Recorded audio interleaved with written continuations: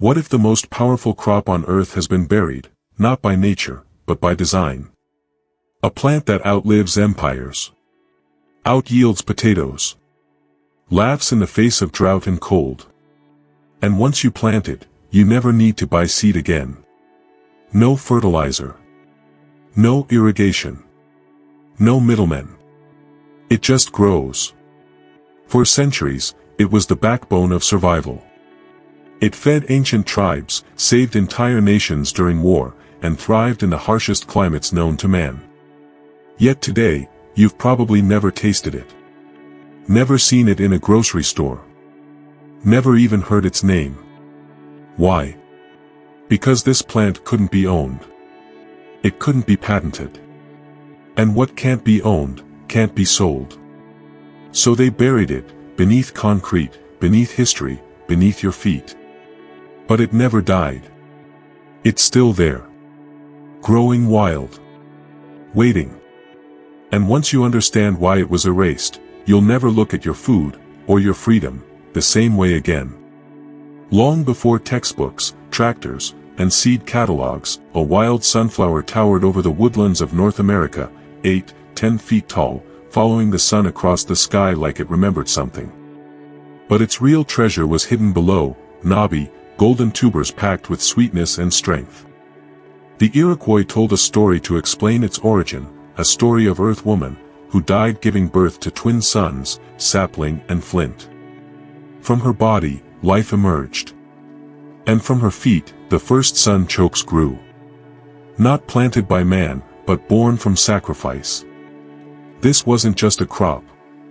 It was a promise. A living inheritance from the earth itself. The tribes who nurtured it didn't plant rows, they planted legacy. The tubers spread underground like veins, forming networks so dense that a single patch could feed generations. One planting, forever harvests. It didn't need fences or fertilizers. It needed only patience and respect. And for thousands of years, that was enough. In 1605, a French explorer named Samuel de Champlain landed on the eastern shores of what would become Massachusetts. He was greeted not just with open arms, but with a feast. Among the dishes, a strange, knobby root the Algonquin people called kaishucpenauk, the sun root. He took one bite, and couldn't believe it. He compared it to Europe's beloved artichoke and packed his ship full of tubers before sailing back across the Atlantic. What he brought wasn't just food, it was salvation. Europe was starving. Famine rolled through like thunder every few years. The soil was exhausted, the people desperate. And here was a plant that grew without care, without cost, without permission. They called it topinambour in France, girasole in Italy, sunflower root. It spread like wildfire. No seed purchases, no fertilizers, just tubers in spring and a miracle in fall. It fed peasants, kings, and livestock alike. It asked for nothing, and gave everything. But in the eyes of empire, that was a problem. The sunchoke didn't play by the rules, and that made it dangerous. While potatoes needed irrigation, fertilizers, and careful storage, the sunchoke grew like it had a mind of its own. Leave just a sliver of tuber in the soil, and it would explode back to life next spring. It couldn't be patented. Couldn't be taxed. Couldn't be tamed. And that made it worthless to the rising empire of agriculture. You can't build a market on something that grows for free. You can't build a system around something that refuses to die.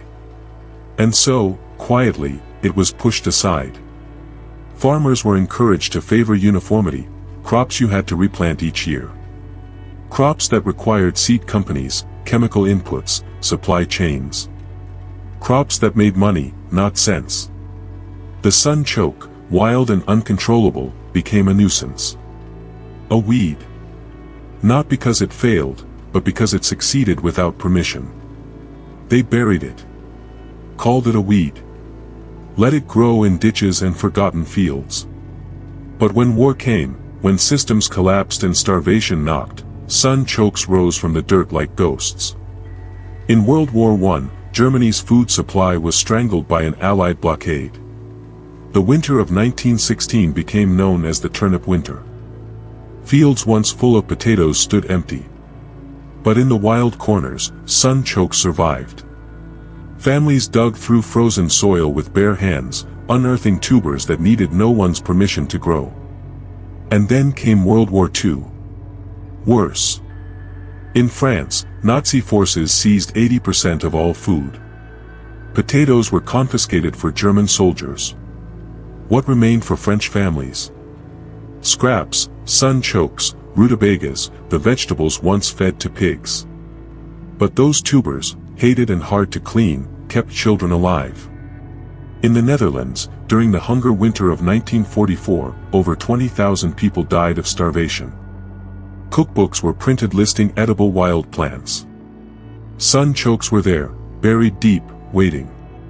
They couldn't be seized, blockaded, or burned. They just grew. Unkillable. Uncontrolled.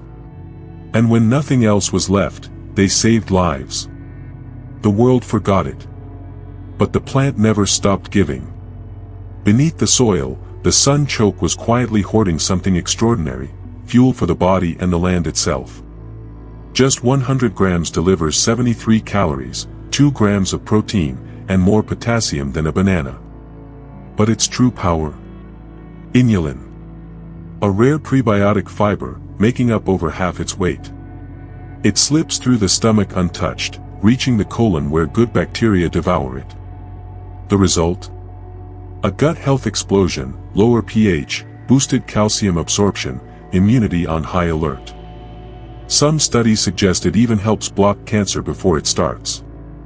In the 1980s, diabetic patients wrote letters saying their insulin needs dropped by half after eating sunchokes daily. Folk medicine, validated by science. And the plant doesn't just heal people. It heals soil. Perennial roots crack compacted ground, require no tilling, prevent erosion, and suck life from the worst dirt. Cold.